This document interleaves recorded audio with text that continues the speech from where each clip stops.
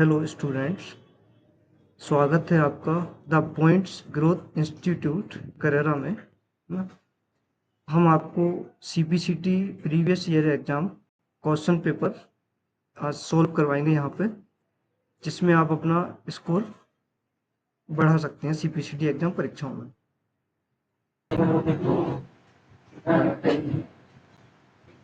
चलिए, first question है अपना, मेमोरी को मापने की सबसे छोटी इकाई है, तो कौन सी है? बिट। और अगर बिट से भी छोटी बात करते हैं तो निबल। कितने बिट का कितने निबल होते हैं? हाँ, एक बिट में 4। ठीक है, क्वेश्चन है। चलिए, अब बात नहीं। सेकंड क्वेश्चन है, जिस सॉफ्टवेयर द्वारा उच्च स्तरीय निर्देशों का, यानी कि हाई लेवल लैंग्वेज का line by line machine level की भाषा में कन्वर्ट किया जाता है, उसे क्या कहते हैं? कंपाइलर। लेकिन कंपाइलर क्या करता है? कंपाइलर एक साथ कन्वर्ट करता है। इसमें क्या लिखा हुआ है अपना? Line by line.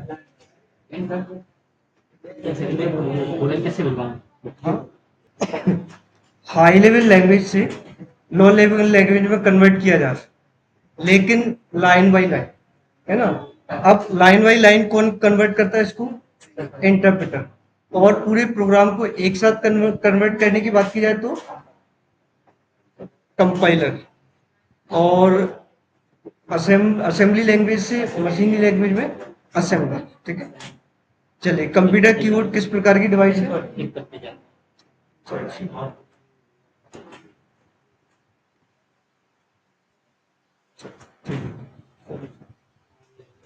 Second question, second question.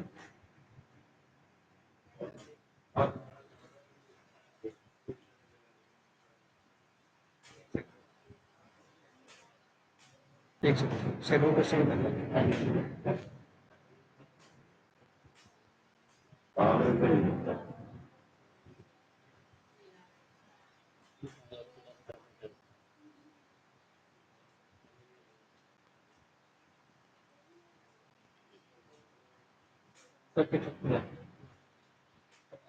चलिए, अगला क्वेश्चन है, कंप्यूटर कीबोर्ड किस प्रकार की डिवाइस है? Input device.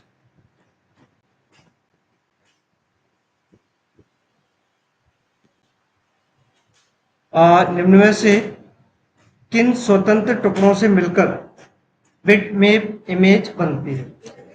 तो पिक्सल्स, है ना। इमेज का सबसे जो छोटा हिस्सा होता है उसी भी क्या कहा जाता है?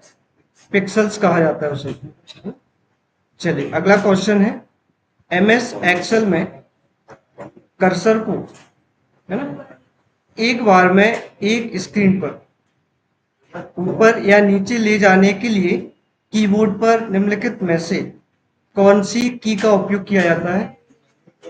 तो एक बार में एक स्क्रीन को नीचे कर रहे हैं, यानी एक पेज के बराबर। कौन सी की? Page up and page down, है ना। क्योंकि इससे क्या होता है, एक बार में एक पूरा पेज अप एंड डाउन हो जाता है। चलिए, अगला क्वेश्चन है, पहली पीढ़ी के कंप्यूटर सिस्टम में उपयोग किया गया था क्या? Vacuum tube. वैक्यूम ट्यूब के आविष्कारक कौन थे, बताएंगे जरा? वैक्यूम ट्यूब के आविष्कारक किसी को नहीं पता?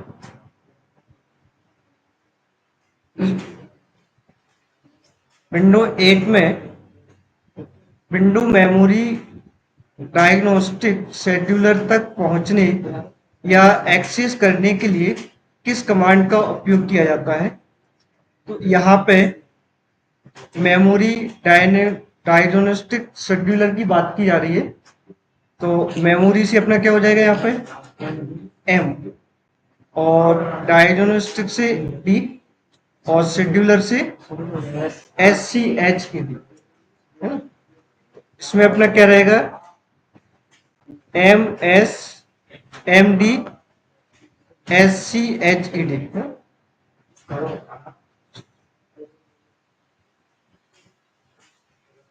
क्लियर हो रहा है क्वेश्चन? चलिए अगला क्वेश्चन है, निम्न में से किस लाइनेक्स कमांड का उपयोग फाइल में उपयोगकर्ता के लॉगिन सत्र को रिकॉर्ड करने के लिए किया जाता है? तो यहाँ पे इसका अपना स्क्रिप्ट है। स्क्रिप्ट में क्या होता है, विंडो जो अपना लाइनेक्स ऑपरेटिंग सिस्टम होता है, इसमें जो भी आप काम कर रहे हैं उसको रिकॉर्ड करने के लिए यूज किया जाता है। जैसे MS वर्ड वगैरह में अपना मैक्रो होता है, इसी तरह से है ये अपना। अगला क्वेश्चन है, बायोमेट्रिक बायोमेट्रिक पहचान प्रबंधन प्रणाली को मूर्त बनाने के लिए क्या यूज किया जाता है, स्पूफिंग। तो क्या हो जाएगा इसमें से अपना बायोमेट्रिक स्पूफिंग, है ना। जहां भी किसी भी डिवाइस के लिए या बायोमेट्रिक के लिए मूर्त बनाने की बात की जाए या भ्रमित करने की बात की जाए, तो वहां पे अपना क्या हो जाएगा, स्पूफिंग, है ना? चलिए अगला क्वेश्चन है, चलिए ये कौन सॉल्व करके दिखाएगा। आपको इसमें ना सम वाला फॉर्मूला लगाना है, सम और स्क्वायर वाला। तो इसको आप सॉल्व करके दिखाइए, जस्ट 30 सेकेंड। इधर साइड में 30 सेकेंड बस। कितना है, 110। इसमें करना क्या है, हाँ, यानी तीनों का स्क्वायर करके आपको सम करना है, जैसा ही फंक्शन में लिखा हुआ है, सम और स्क्वायर। तो पहले आपको स्क्वायर करना है, फिर उसका सम करना है ना। 5 का सम, सॉरी 5 का स्क्वायर, 6 का स्क्वायर और 7 का स्क्वायर, फिर तीनों को आपको ऐड करना है, ठीक है। पहले बहुत आते थे इस टाइप के क्वेश्चन।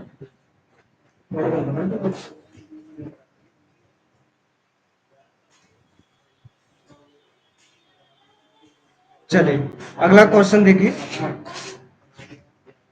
ब्लॉक पर लिखे गए व्यक्तिगत लेख। ब्लॉक समझते हैं, फुल फॉर्म इसकी,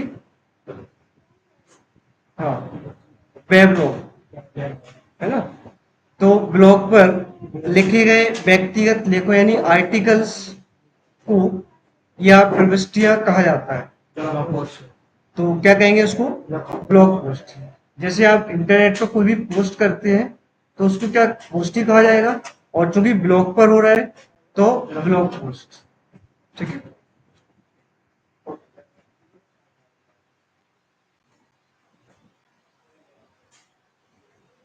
चलिए अगला क्वेश्चन है आपका, इंटरनेट पर किसी भी कंप्यूटर की पहचान करने के लिए, तो इंटरनेट पर किसी कंप्यूटर की पहचान करने के लिए किसका उपयोग किया जाता है, IP एड्रेस का।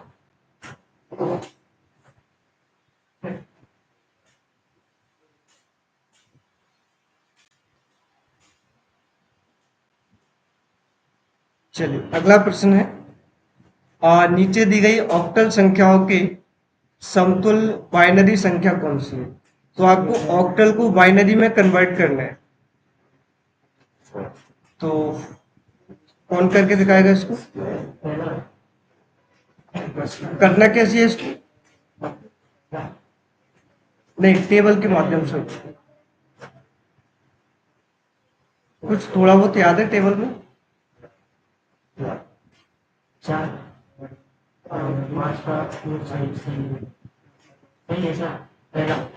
फर्स्ट वाला सही है। चलिए तो जो टेबल है इसकी बाइनरी टू ऑक्टल वाली, उसमें आपको कन्वर्ट करना है। उसमें 4 की वैल्यू कितनी है, 100, 5 की वैल्यू 101 और 8 की वैल्यू अपनी 111। टेबल लिखी हुई है,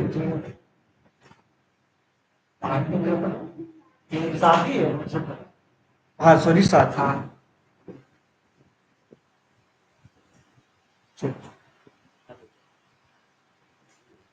नेक्स्ट क्वेश्चन है, स्कैनर में लगा एक विशेष प्रकार का कैमरा किससे बना होता है? किससे? Charge couple device. स्कैनर वाला कैमरा किससे बना होता है? Charge couple device.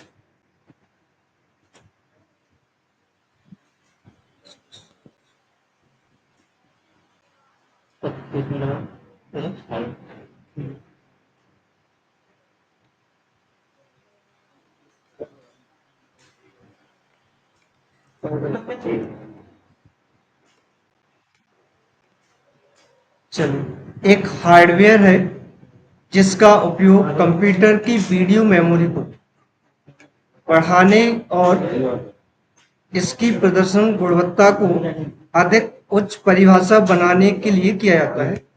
तो यहाँ पे अपने एक हार्डवेयर की बात की जा रही है, और हार्डवेयर में कौन सा? वीडियो मेमोरी को बढ़ाने के लिए।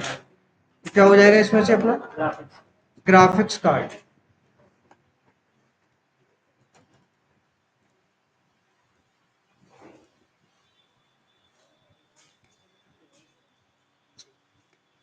निम्न में से कौन है जो साइबर सुरक्षा में विशेषज्ञता वाले पेशेवर हैं, यानी कुछ स्पेशल अपनी क्वालिफिकेशन रखते हैं और सिस्टम को हैक करने के लिए अधिकृत या प्रमाणित है, यानी इनको किसी भी सिस्टम को हैक करने की परमिशन होती है।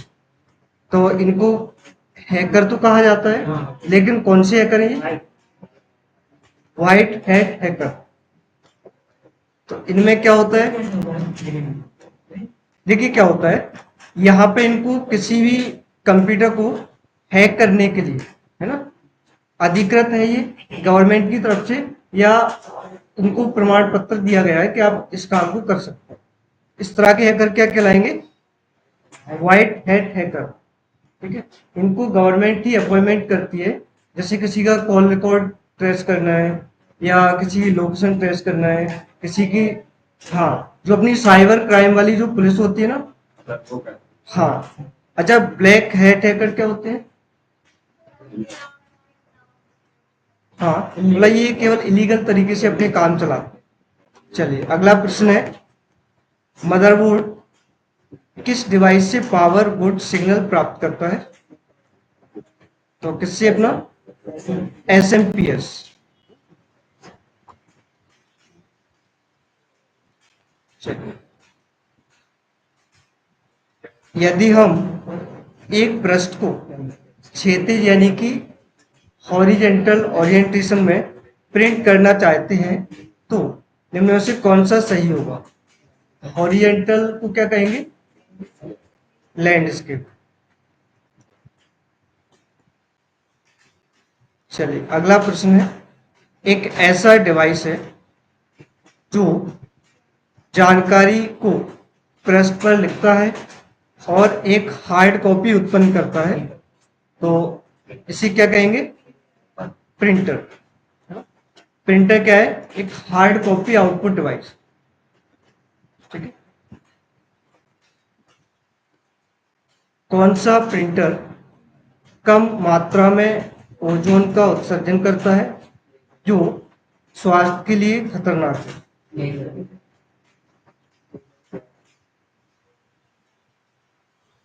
कौन सा है इसमें से? Laser jet.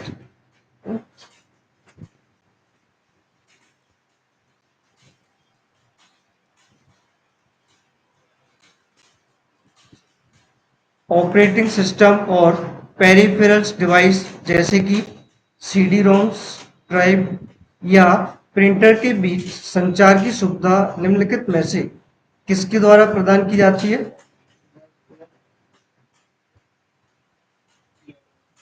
यानी ये प्रिंटर के बीच, यानी सीडी रोम, ड्राइवर या प्रिंटर के बीच कम्युनिकेशन की बात कर रहा है। तो कम्युनिकेशन के लिए या एक डिवाइस से दूसरी डिवाइस तक पहुंचने के लिए कौन जिम्मेदार होता है? Device driver. ठीक है, क्योंकि आपको यहाँ प्रिंटर कनेक्ट करना है, तो क्या प्रिंटर को सीधा लगाया और कनेक्ट हो जाएगा? नहीं। इसके लिए आपको क्या करना पड़ेगा, उस हार्डवेयर डिवाइस का ड्राइवर आपको उसमें इंस्टॉल करना पड़ेगा। इससे क्या होगा, आपका प्रिंटर कनेक्ट हो जाएगा। और उस प्रिंटर ड्राइवर को इंस्टॉल करने के लिए आपको किसका सहारा लेना पड़ सकता है? सीडी रोम का, है ना? या पेन ड्राइव वगैरह से भी आप कर सकते हैं। जब किसी राउटर को दूसरे कंप्यूटर नेटवर्क पर एक पैकेट भेजने की आवश्यकता होती है, तो उसे पता होना चाहिए किसका? आईपी एड्रेस का। क्योंकि जब कंप्यूटर को कहीं भी कोई भी डेटा भेजना होता है, तो उस कंप्यूटर को सामने वाले कंप्यूटर का आईपी एड्रेस पता होना चाहिए। चलिए, अगला क्वेश्चन है, इमेज संपीड़न के संदर्भ में एमपीईजी संपीड़न एल्गोरिथम को ही संग्रहित करता है। तो जेपीजी में क्या क्या चीजें होती हैं वो आपको इसमें बताना। सेकंड, केवल एक फ्रेम से दूसरे फ्रेम में परिवर्तित कर। क्या होता है, जब आपकी कोई ओरिजिनल इमेज है तो पहली फ्रेम में रहेगी, इसको जब आप कंप्रेस्ड करो, है ना, तो ये दूसरी फ्रेम में पहुंच जाएगी। और जब इसको आप फिर अनकंप्रेस्ड करोगे, है ना, तो ये अपने वापस उसे पुराने रूप में आ जाएगी।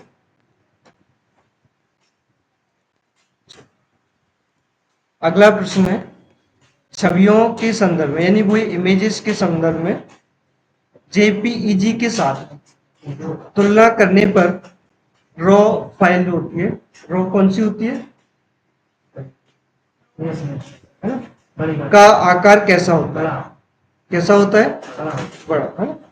क्योंकि जैसे ये अपनी एलसीडी है, इसमें रॉ की संख्या क्या होगी, पिक्सेल्स जो है वो रॉ की संख्या में क्या रहेंगे, ज्यादा रहेंगे, है ना। चलिए,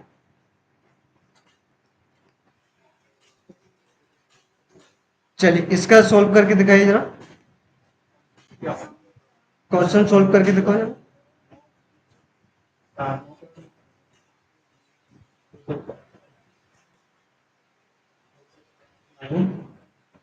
क्या करना क्या है इसमें, समझ में आया क्वेश्चन? Some product.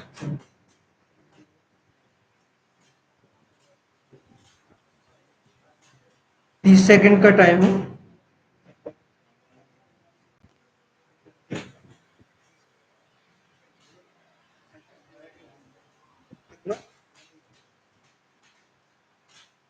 कैसे किया?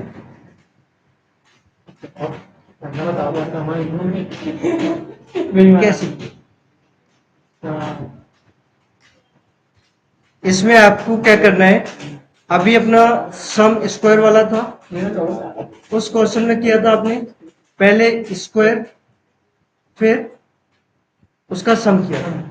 इसमें पहले क्या करना है आपको, प्रोडक्ट करना है, मल्टीप्लाई करना है, फिर सम करना है। चलिए, तो अपन क्या करते हैं, एक का 5 में मल्टीप्लाई करते हैं, प्लस 2 का 6 में मल्टीप्लाई करते हैं, प्लस 3 का 7 में मल्टीप्लाई करते हैं। कितना आया आंसर? हुआ? अरे 5 और 12 38।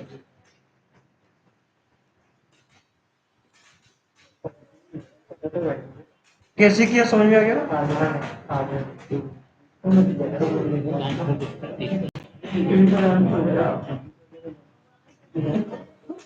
हाँ, चलिए देखिए अगला क्वेश्चन है, सिपर टेक्स्ट क्या होता है? तो सिपर टेक्स्ट में होता क्या है, आपको जो टेक्स्ट रहेगा वो हाइड रहेगा। हाइड मीन्स जैसे स्टार स्टार बने आ जाएंगे या फिर हैश साइन, इन टेक्स्ट को अपन क्या कहेंगे, सिपर टेक्स्ट, है ना। और जो नॉर्मल टेक्स्ट होता है उसे क्या कहा जाता है, प्लेन टेक्स्ट।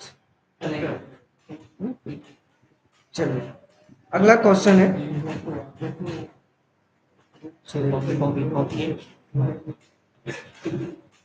किसी हार्डवेयर डिवाइस या उपकरण के भीतर परिचालन या तकनीकी समस्याओं की समीक्षा और निदान करने की प्रक्रिया क्या हो।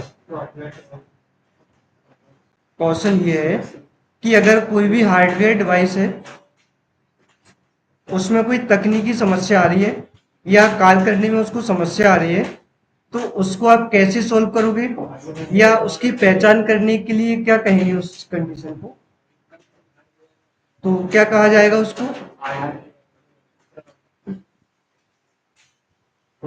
Hardware trouble shooting. कंप्यूटर में ट्रबल शूट का एक इस तरह का ऑप्शन होता है कि जिसमें अगर कोई भी समस्या आती है तो पहले उसको वो पहचान करेगा, पहचान करने के बाद फिर उसका वो समाधान ढूंढेगा।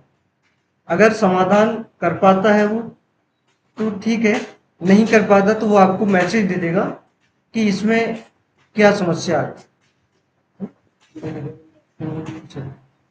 अगला क्वेश्चन है, निम्न में से कौन सा विंडो ऑपरेटिंग सिस्टम में एक प्रोसेस कंट्रोल सिस्टम कॉल नहीं है। तो प्रोसेस कंट्रोल सिस्टम कॉल की बात कर रहा है, तो यहां से अपना ये कंट्रोल की है, इसके द्वारा प्रोसेस को कंट्रोल नहीं किया जा सकता है ना। बाकी क्रिएट प्रोसेस के द्वारा होता है, कंट्रोल करने की बात कर रहा है। Exit process, wait for single object, तो ये सारी चीजें अपनी क्या है, सिस्टम कॉल है, बट कंट्रोल नहीं है। एक सर्किट बोर्ड जिसके माध्यम से कंप्यूटर के सभी कंपोनेंट संचार करते हैं, तो जिसमें सभी कंपोनेंट्स जुड़े होते हैं उस बोर्ड को क्या कहा जाता है, मदरबोर्ड। इसी से सारे आपके हार्डवेयर डिवाइस और पेरिफेरल्स डिवाइस आपस में जुड़े हुए रहते हैं।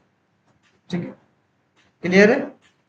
चलिए अगला क्वेश्चन है, कंप्यूटर सिस्टम की हार्ड डिस्क के संदर्भ निम्नलिखित में से कौन सा गलत है। कंप्यूटर सिस्टम के संदर्भ में बात कर रहे हैं, तो बताइए जरा।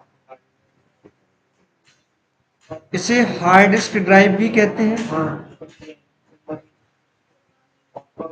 यह एक मैग्नेटिक स्टोरेज है, यह एक ऑप्टिकल स्टोरेज है, यह एक रिमूवेबल यानी हटाने योग्य डिस्क है। देखिए इसमें से क्या होता है, हार्ड डिस्क को हार्ड डिस्क ड्राइव भी कहा जाता है, एक ये मैग्नेटिक डिस्क भी है, डिस्क की बात कर रहे हैं अपन, और इसे अपन कंप्यूटर से हटा भी सकते हैं और जोड़ भी सकते हैं। तो यह एक ऑप्टिकल स्टोरेज डिवाइस नहीं है, है ना। तो ऑप्टिकल स्टोरेज डिवाइस क्या हो जाती है, जैसे आपकी सीडी है, डीवीडी है और वीआरडी है, तो ये सब आपकी क्या रहेंगी, ऑप्टिकल स्टोरेज डिवाइस। चलिए अगला क्वेश्चन है, निम्न में से कौन सी एक इंटरनेट सेवा प्रदाता यानी आईएसपी द्वारा दी जाने वाली सेवा नहीं है। तो आईएसपी के द्वारा क्या नहीं हो सकता इनमें से। आईएसपी यानी वह कंपनी जो आपको इंटरनेट की सुविधा देती है, ठीक है। तो जो कंपनी आपको इंटरनेट की सुविधा देती है, तो सुनिए, आप इंटरनेट एक्सेस कर सकते हैं, डोमेन नेम रजिस्ट्रेशन भी कर सकते हैं, डायल अप एक्सेस भी कर सकते हैं। डायल अप एक्सेस क्या होता है, एक नेटवर्क का टाइप होता है जिसके द्वारा इंटरनेट को कनेक्ट किया जाता है। यहां से आप वेब एडमिनिस्ट्रेशन की सुविधा नहीं होगी। वेब एडमिनिस्ट्रेशन में क्या होगा, आप वेब इंटरनेट पर किसी भी चीज को कंट्रोल नहीं कर सकते, है ना, या उसमें कोई बदलाव नहीं कर सकते। और बदलाव करने वाले काम किसके पास होते हैं, एडमिनिस्ट्रेशन के पास, और ये परमिशन आपको एक आईएसपी कंपनी नहीं देती। ठीक है,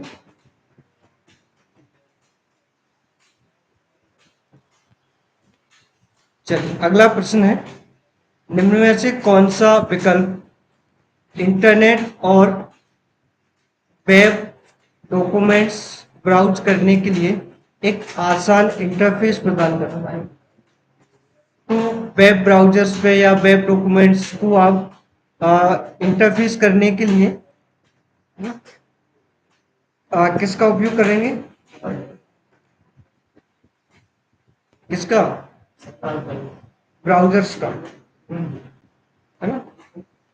इंटरनेट को ब्राउज करने के लिए या इंटरनेट पर जो भी डॉक्यूमेंट्स डले हुए हैं उनको देखने के लिए आप किसका उपयोग करते हैं? वेब ब्राउजर्स का। ठीक है, चलो ये क्वेश्चन सॉल्व कीजिए जरा।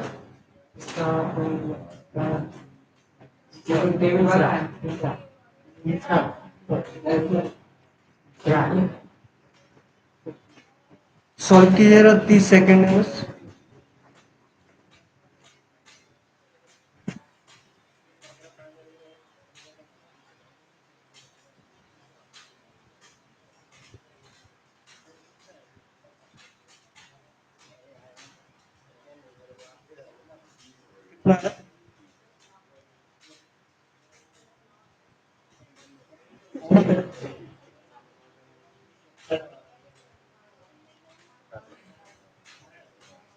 इसका अपना आंसर थर्ड वाला सही है।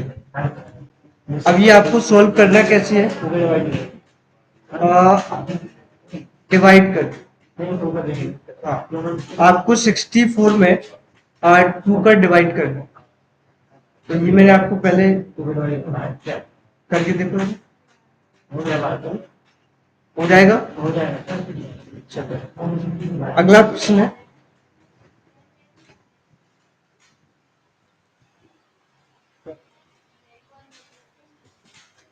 चलो रीड मोड विकल्प एमएस वर्ड 2019 के किस टैब में उपलब्ध होता है? व्यू टैब में। रीड मोड को और क्या कहा जाता है? रीड मोड को और क्या कहा जाता है? Full screen. चलिए अगला प्रश्न है, एमएस पावर पॉइंट में एक विशेष प्रभाव है जो यह निर्धारित करता है कि कोई स्लाइड स्क्रीन पर आते या जाते समय किस तरह से दिखाई देता है। उस स्थिति को क्या कहा जाता है? Transition, transition effect. ये आपके किस टैब में मिलेंगे?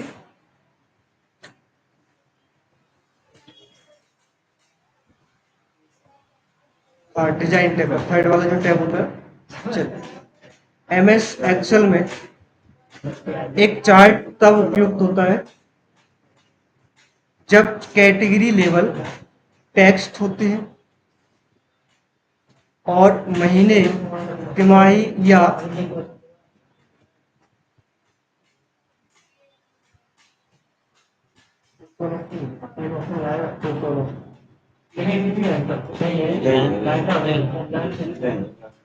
चलिए,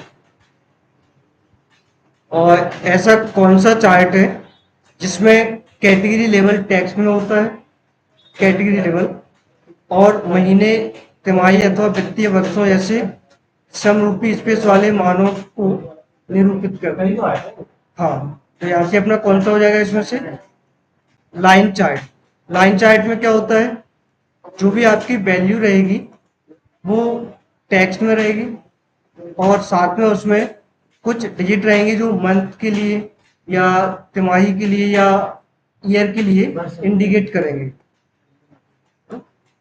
चलिए अगला क्वेश्चन है, एमएस एक्सेल में एरिया चार्ट के मामले में कौन सा कथन सही है? एरिया चार्ट की बात कर रहा है, तो एरिया चार्ट में क्या होता है?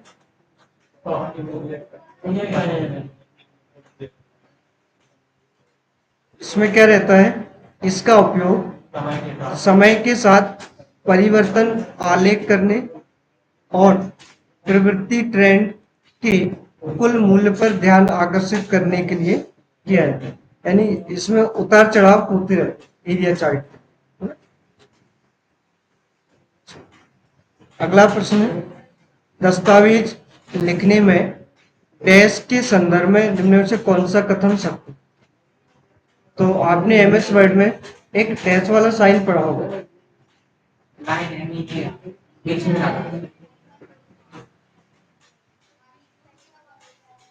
क्या इन्हें पैराग्राफ को अलग करने के लिए यूज किया जाता है?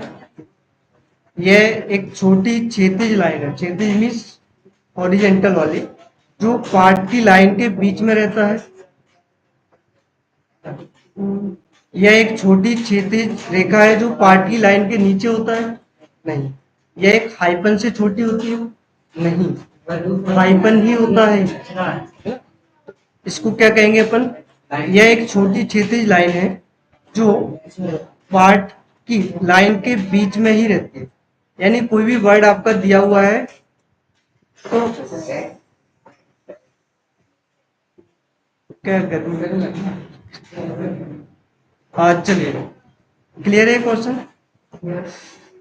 तो अगला क्वेश्चन देखिए, यदि आप अपने डॉक्यूमेंट्स में अपनी इच्छित तालिका को सर्च करना चाहते हैं तो एमएस वर्ड 2013 में से कौन सा विकल्प सही होगा? यानी आपको किसी भी टेबल को सर्च करना है तो आपको क्या करना होगा? फाइंड, फिर गो टू, फिर टेबल। किसी टेक्स्ट को फाइंड करना होता, किसी टेक्स्ट को फाइंड करना होता तो सीधा सीधा फाइंड, और फाइंड के सामने फाइंड व्हाट वाले वर्ड को अपन टाइप कर। यहाँ किसकी बात कर रहा है? ये टेबल की। चलिए, अगला क्वेश्चन है, एमएस वर्ड में फॉन्ट मापन की डिफॉल्ट इकाई। ये मैंने आपको कई बार बताया भी हुआ है। क्या है? मन से बता रहे या चीटिंग करके? फॉन्ट को मापने के लिए किसका यूज किया जाता है? पॉइंट का। और कितने पॉइंट कितने इंच के बराबर होते हैं? 72.1 इंच। हाँ, 72 पॉइंट इक्वल टू 1 इंच। ठीक है, चलिए, अगला क्वेश्चन है, एमएस वर्ड 2019 के संदर्भ में कौन सा विकल्प सही है? हम रिबन छुपा नहीं सकते। क्या एमएस वर्ड में रिबन रिबन को छुपा सकते हैं? मीन्स हाइड कर सकते हैं। प्रत्येक टैब में संबंधित आदेशों के कई समूह होते हैं। प्रत्येक टैब में कई सारे ग्रुप होते हैं। MS word 2019 tab ribbon system के बजाय एक पारंपरिक मेन्यू सिस्टम का उपयोग करता है क्या? नहीं करता है ना? 2019 में मेन्यू बार कहाँ होता है? रिबन पर केवल एक टैब होता है क्या? रिबन पर एक टैब होता है क्या? बहुत सारे होते हैं। तो इनमें से अपना कौन सा सही हो जाएगा? प्रत्येक टैब में संबंधित आदेशों के कई सारे ग्रुप होते हैं। पहले अपना क्या होता है? टैब, टैब के बाद फिर रिबन, रिबन के अंदर ग्रुप, ग्रुप के अंदर कमांड्स। चलिए, अगला प्रश्न है, निम्न में से कौन सा पता एक्सेल सीट की 5वीं रो और तीसरा कॉलम का है? तो C5। इसमें आप एक चीज याद रखना, हमेशा अल्फाबेट जो होता है ना वो स्टार्टिंग में आता है ना? तो यहां से कौन सा हो जाएगा अपना? C5। चलिए, अगला प्रश्न है, प्रिंटिंग स्पीड के संदर्भ में निम्न में से कौन से विकल्प विभिन्न प्रकार के प्रिंटरों के आरोही क्रम का वर्णन करते हैं?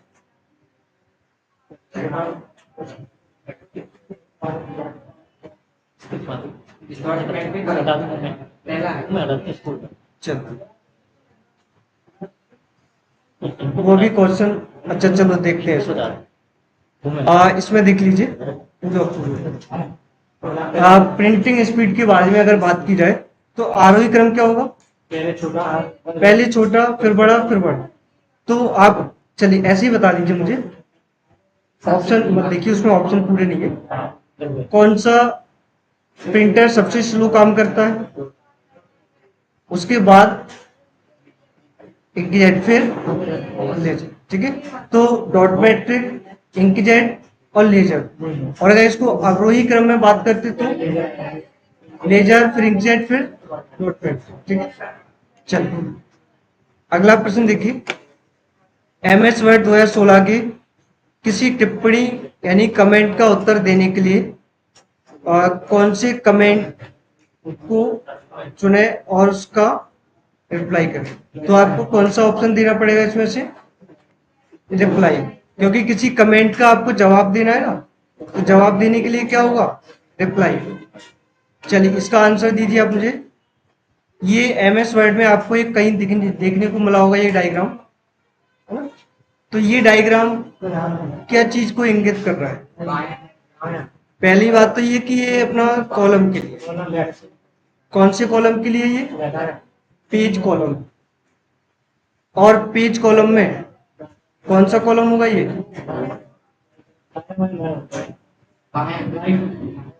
राइट वाला। ठीक है, याद रखना ये।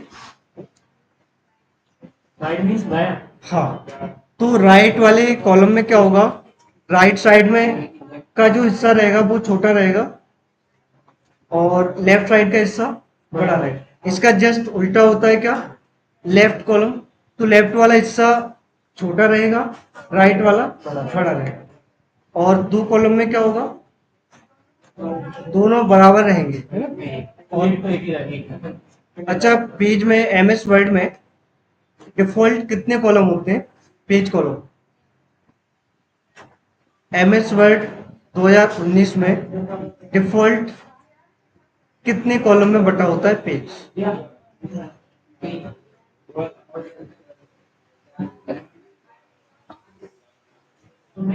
एक ही कॉलम तो होता है। चलिए अगला क्वेश्चन देखिए। एमएस वर्ड में सेव एज के लिए कौन सी शॉर्टकट की होगी? F12। ठीक है, चलिए अगला क्वेश्चन देखिए। एमएस वर्ड में टेक्स्ट को अंडरलाइन करने के लिए कंट्रोल, डबल अंडरलाइन के लिए, डबल अंडरलाइन के लिए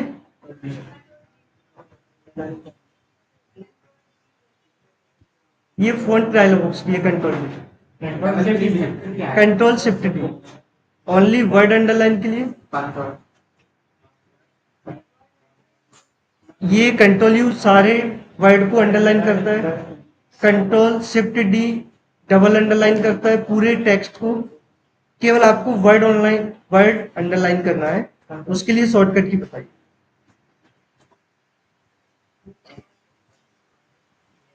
कंट्रोल शिफ्ट डब्ल्यू, ये सब नोट है आपके पास।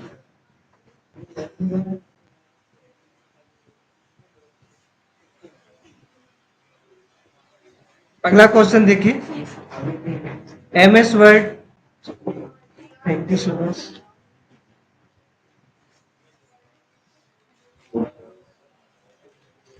अगला क्वेश्चन देखिए।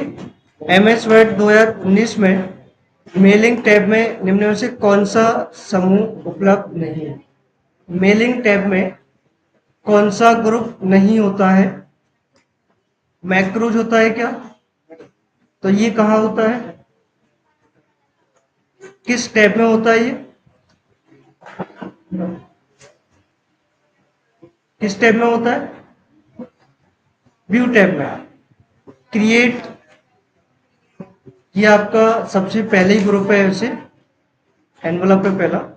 मेल में शुरू करें ये भी होता है, और फील्ड लिखें और इंसर्ट करें ये भी आपका होता है।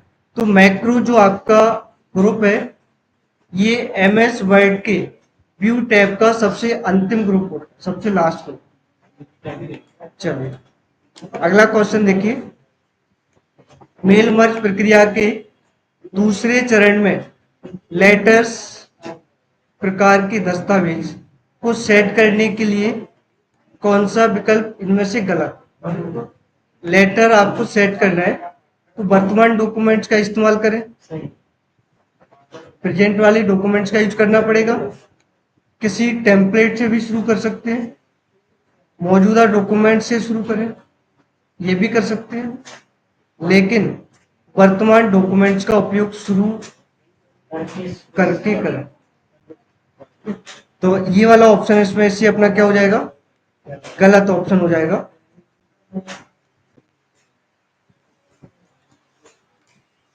चलिए अगला क्वेश्चन है, MS वर्ड 2019 में कंट्रोल प्लस इक्वल ये शॉर्टकट की किसके लिए? सुपर मीन्स क्या होता है? बड़ा। बड़े के लिए 3 की आपको प्रेस करनी होती है, मैंने बताया था पहले। इसमें 3 की है क्या? इसमें केवल 2 ही की है ना, कंट्रोल और इक्वल। तो 2 की के लिए क्या होगा? सबस्क्रिप्ट यानी छोटा वाला, है ना। तो यह फॉन्ट का क्या करता है? कैरेक्टर को सबस्क्रिप्ट स्क्रिप्ट के रूप में, ठीक है। अगर यहाँ पे कंट्रोल प्लस प्लस होता ना, प्लस ही होता हो शिफ्ट के साथ, तो यहाँ पे आपका सुपर स्क्रिप्ट हो जाता। कंट्रोल प्लस इक्वल है तो सबस्क्रिप्ट, ठीक है। अगला क्वेश्चन है, उपयोक्ता न केवल एक दूसरे को सुन सकते हैं बल्कि आमने सामने वार्तालाप भी कर सकते हैं। तो वीडियो कॉन्फ्रेंसिंग के द्वारा कोई भी यूजर सामने वाले व्यक्ति से फेस टू फेस बात कर सकता है। चलिए अगला क्वेश्चन लास्ट है, इनमें में से किस प्रकार की इंटरनेट सेवा के लिए केबल या फोन लाइन की आवश्यकता नहीं होती? किस प्रकार के इंटरनेट चलाने के लिए आपको केबल की या टेलीफोन की जरूरत नहीं होती है? DSL के लिए होती है, डिजिटल सब्सक्राइबर लाइन। और केबल तो केबल लगेगी ही उसमें। डायल अप कनेक्शन भी टेलीफोन लाइन के ही माध्यम से कनेक्ट होता है। केवल सैटेलाइट्स जो है वो अंतरिक्ष में बिना केबल बिना वायर्स के काम करते हैं, है ना। जैसे आपका जो वाईफाई होता है कनेक्शन, ऐसे ही ये काम करता है। हाँ, तो बिना तारों की बात कर रहा है ना। अरे किस प्रकार की इंटरनेट सेवा के लिए केबल या फोन लाइन की आवश्यकता नहीं होती है? तो किसकी? सैटेलाइट के लिए इसकी आवश्यकता नहीं होती।